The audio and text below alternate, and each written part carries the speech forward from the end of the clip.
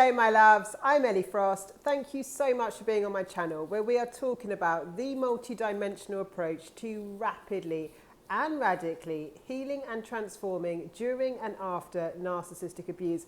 And this video is about how we need to change the narrative in order to heal faster from narcissistic abuse. So let me explain, right? The challenge of narcissistic abuse, one of the biggest ones, is that your life becomes all about the narcissist. In fact, your entire identity is who you are in relation to them, right? A lot of the time we walk on eggshells, we worry about what they're going to do next, we worry about what will happen next. We are basically morphed into what they need us to be.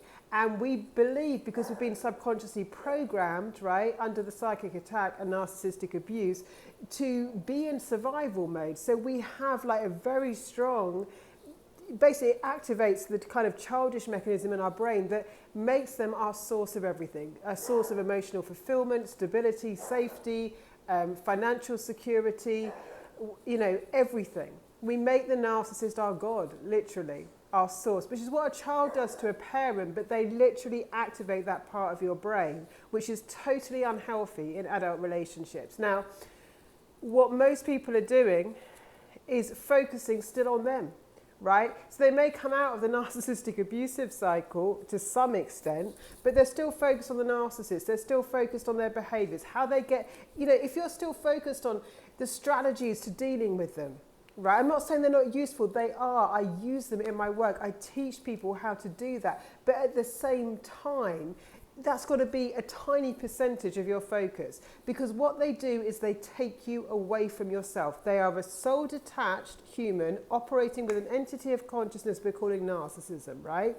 And what they make you do is disconnect from your soul, your purpose, who you are, your actual authenticity and identity, which is why I teach sovereignty is the solution. If you can come into sovereign, you're very welcome. It's open now. Please join. But so what I need to let you know is when you can reconnect to self, right? I don't want to know all about what the narcissist did to you. I will teach you how to heal trauma. I want to know who you are.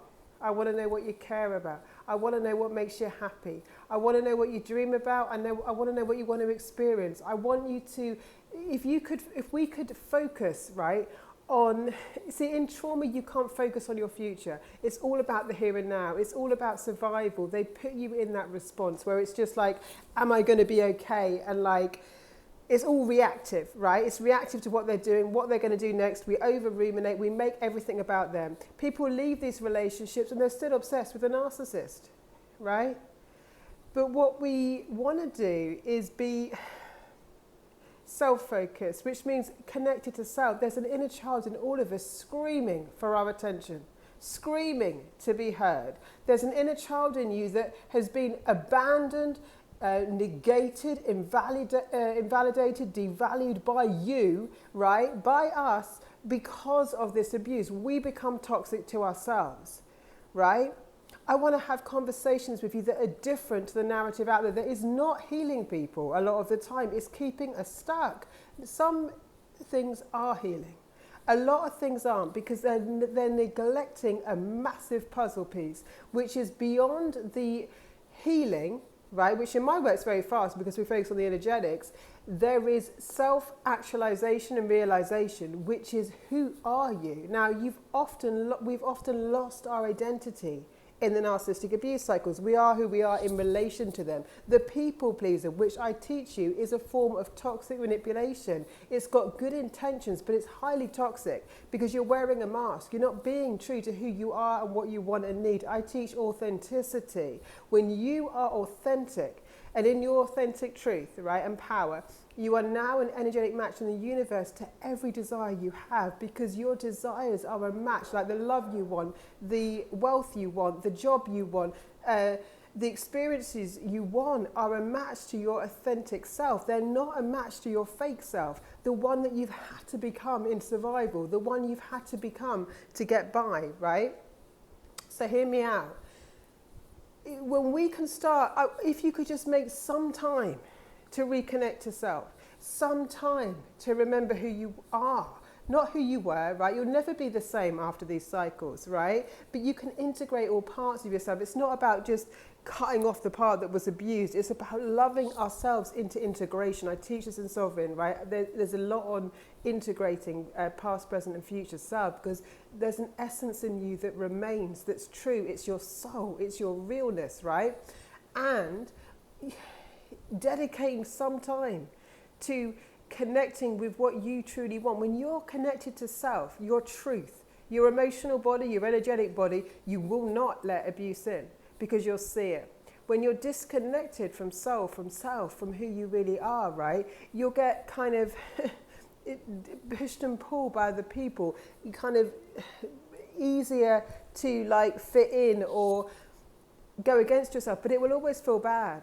It will always feel bad. It feels bad when people are exploiting you. You feel bad afterwards. You might not know at the time because you can get caught up in the moment. Manipulators are great at getting you to overshare, divulge information, trauma bond you, make a false sense of connection and a false sense of security. But afterwards you'll know it's off. And the more in our bodies and self and realization we are, the more resilient we are to this going on, right? And you can always come back into yourself. You can always claim yourself back. But then there's an inner child, there's a true self, there's a soul essence in us that wants to dream, that wants to experience, that like really needs you to hear them. So many people in these cycles develop physical illness. Why? Dis-ease in the body. If you don't listen to your emotions for long enough, guess what? They're going to want to get your attention and they're going to manifest into physical ailments, because if you're not hearing them, they're going to try and speak to you louder. Yeah, a lot of disease is got an emotional basis. Not all, but a lot of it has, right? So our emotions are messengers. We're not supposed to react on someone else. We're supposed to listen to the message and process them so we can be with ourselves. I teach people how to do this in my course. But beyond that, who are you, right? Reclamation of self. What if you...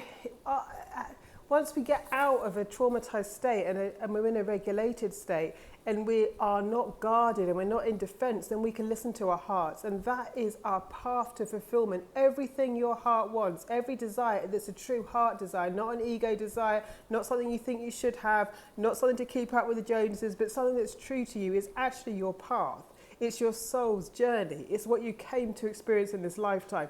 And if you're in narcissistic abuse or any kind of abusive and toxic cycles, you're constantly having to shove those things down. You're constantly having to deny your truth to fit in to what someone else needs you to be. And that can only cause some kind of imbalance in the body, emotionally, mentally, physically, and energetically. That's why you get sick. They make you sick. And you have to disconnect to self, because if your inner child and your true soul essence is screaming, saying like this isn't for us, and we want to experience love and connection and abundance and, you know, doing what we want to do, but I'm being kind of forced into something to survive in this dynamic, right? And I think I have to be in it to survive. Can you see how degenerating that is? Distorted it is. Narcissism is a distortion on the planet. It's totally imbalanced. It's got nothing to do with your spiritual journey. It actually can completely block your spiritual evolution. They are not your soulmate. They're not your twin flame. They're like a computer virus, a distortion, right?